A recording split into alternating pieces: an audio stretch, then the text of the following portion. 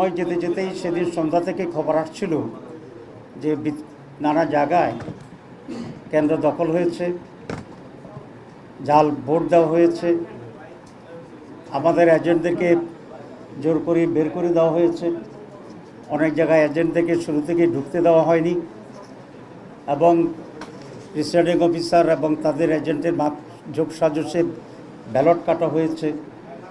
ব্যাপক অনিয়মের খবর আমাদের কাছে আসছিল এবং আমরা সেটি আপনাদেরকে জানিয়েছি। প্রায় 53টি আসনে আমরা অফিসিয়ালি আমাদের অভিযোগ দাখিল করেছি এবং সেই ভিত্তিতে ফার্দার আইনি যে লড়াই, সেই লড়াই অব্যাহত আমরা রাখছি এবং রাখব। কিন্তু গতকালকে আমরা একটা রাজসাক্ষী পেয়েছি। সেই রাজসাক্ষীর নাম হচ্ছে সাবেক উপদেষ্টা অধ্যাপিকা রিজওয়ানা, অ্যাডভোকেট রিজওয়ানা।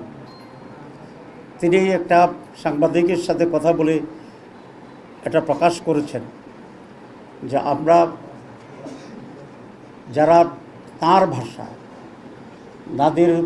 নারীদের উপযুক্ত অধিকারকে নিশ্চিত করতে পারে নাই, তারা বিরোধী দলে থাকলেও আমরা কিন্তু তাদেরকে মূলধারা বা প্রধান শক্তি হিসাবে আমরা আসতে দিইনি। অপটিক্যাল ব্রাইটেনার, কালার গার্ড এবং ডার্ট লক সমৃদ্ধ অ্যাডভান্স ফর্মুলায় এলো নতুন রে ডিটারজেন্ট পাউডার। তাহলে বোঝা যায় আমরা যে ইলেকশন ইঞ্জিনিয়ারের যে কথা আসছিল বা আসছে, সেটাকেই উনি নিজেই স্বীকার করে রাজসাক্ষী হয়েছেন। আমরা এখন এটাকে জানতে চাই ওনার কাছে বা তৎকালীন তত্ত্বাবধায়ক সরকারের কাছে এবং আজকের সরকারের কাছে যে তারা তাদের যোগসাজশে কি ইঞ্জিনিয়ারিংয়ের মাধ্যমে বাংলাদেশ জামাত ইসলামীকে মূলধারা বা প্রধান দল হিসাবে মেজরিটি পেতে তারা বাধাগ্রস্ত করেছে এবং সেটাতে দেয় না। এবং আমরা এটাও জানতে চাই মাননীয় সাবেক উপদেষ্টার কাছে যে এই ইঞ্জিনিয়ারিংয়ে ওনার সাথে আর কারা কারা জড়িত ছিল, পুরা গভর্নমেন্ট ছিল নাকি গভর্নমেন্টের একটি শক্তিশালী অংশ ছিল যারা নির্বাচনকে প্রভাবিত করেছে এবং তাদের ডিজাইন অনুসারে সেখানে ডিসি, এসপি, টিওনো, ওসি, প্রিসাইডিং অফিসার ইত্যাদি নিয়োগ করে আইনশৃঙ্খলা পরিস্থিতির লোকদেরকে নিয়ন্ত্রণ করে তারা তাদের এই কাঙ্ক্ষিত যে সংখ্যা, সেই সংখ্যায় একটি দলকে জিতানোর জন্যে তারা ব্যবস্থা গ্রহণ করেছিল। জাতির কাছে এটা স্পষ্ট করতে হবে এবং আমি এই সরকারের কাছে দাবি জানাবো রিজওয়ানা আহমেদকে, রিজওয়ানা হাসানকে তারা কিভাবে জিজ্ঞাসাবাদের আওতায় আনবেন এবং আওতায় এনে তার কাছ থেকে পরিষ্কার যে সিচুয়েশন তিনি তৈরি করেছিলেন সে সম্পর্কে ওনারা জানবেন, আমাদেরকে জানাবেন, দেশবাসীর কাছেও এটা পরিষ্কার করবেন। আমরা নির্বাচনের আগেও কয়েকজন উপদেষ্টার ব্যাপারে অভিযোগ এনেছিলাম এবং আপনারা দেখেছেন ইন্টারিম গভর্নমেন্ট নিজেকে তত্ত্বাবধায়ক সরকারের সমপর্যায়ে নিরপেক্ষ সরকার হিসেবেই প্রতিবাদ করেছিল এবং সেই ভূমিকায় তারা আছে সেটা তারা বলার চেষ্টা করেছিল।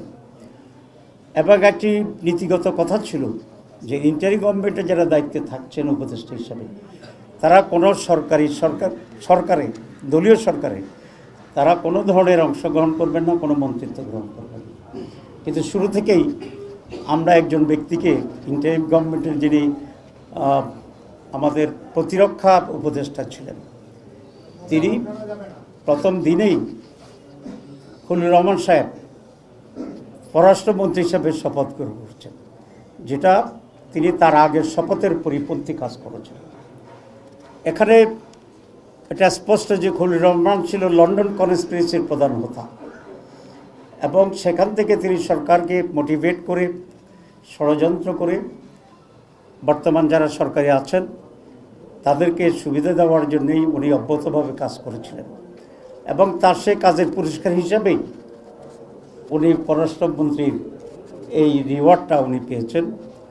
এতে আমি বিস্মিত হয়েছি বিএনপির ব্যাপারেও, কারণ বিএনপি কি এতই তার লোকজনের সংকট আছে যে একজন বিতর্কিত ব্যক্তি যিনি ইন্টারিম গভর্নমেন্টে থাকার সময়ে বিএনপির নেতা সালাউদ্দিন সাহেবই তার বিরুদ্ধে বক্তব্য রেখেছিলেন এবং তাকে সরকারের থেকে বের করে দিতে বলেছিলেন।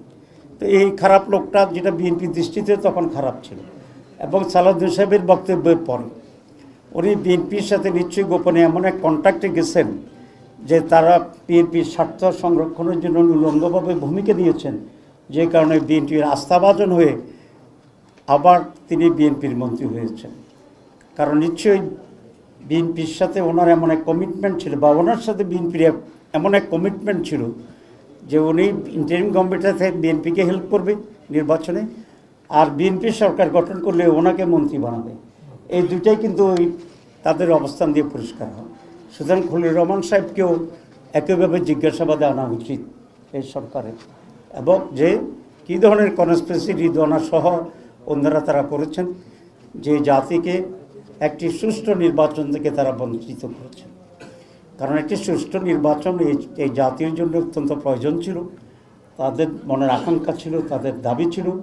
কারণ গত 56 বছরে এই জাতি কোনো নির্বাচন পায়নি। আমরা সকলেই চেষ্টা করেছিলাম যে একটা সুষ্ঠু নির্বাচন হবে, এবং এই সুষ্ঠু নির্বাচনের মাধ্যমে যারা নির্বাচিত হয় তারা সরকার গঠন করবে। এই যে জাতির আকাঙ্ক্ষা, এই যে জুলাই লড়াই, এই যে জীবন দেওয়া, এই যে রক্ত, এই যে আমাদের রাজনীতির গতিপথকে পরিবর্তন করে দেওয়ার যে গাদ্দারি, দালালি, জাতির সাথে বিদ্রোহ, এই সব কিছুর জন্যে এরা দায়ী। এত বড় আকাঙ্ক্ষা সুষ্ঠু নির্বাচনের জন্য এটা বন্ডুল করে দিয়েছে এই মীর জাফররা। সুতরাং এই মীর জাফরদেরকে, খলিলুর রহমানকে আমি দাবি করব, সরকার যদি স্বচ্ছতার কিছুটা হইলেও পরিচয় করতে চায়, এবং সেই খলিলুর রহমান তো নিরাপত্তা উপদেষ্টা, আমি বলছি ডিফেন্স অ্যাডভাইজার ছিল, নিরাপত্তার অ্যাডভাইজার ছিল, তো তাকেও মন্ত্রিসভা থেকে বের করে দেওয়া উচিত, এবং তাকেও জিজ্ঞাসাবাদে এনে ষড়যন্ত্র কী হয়েছে সেটাকে বের করা উচিত।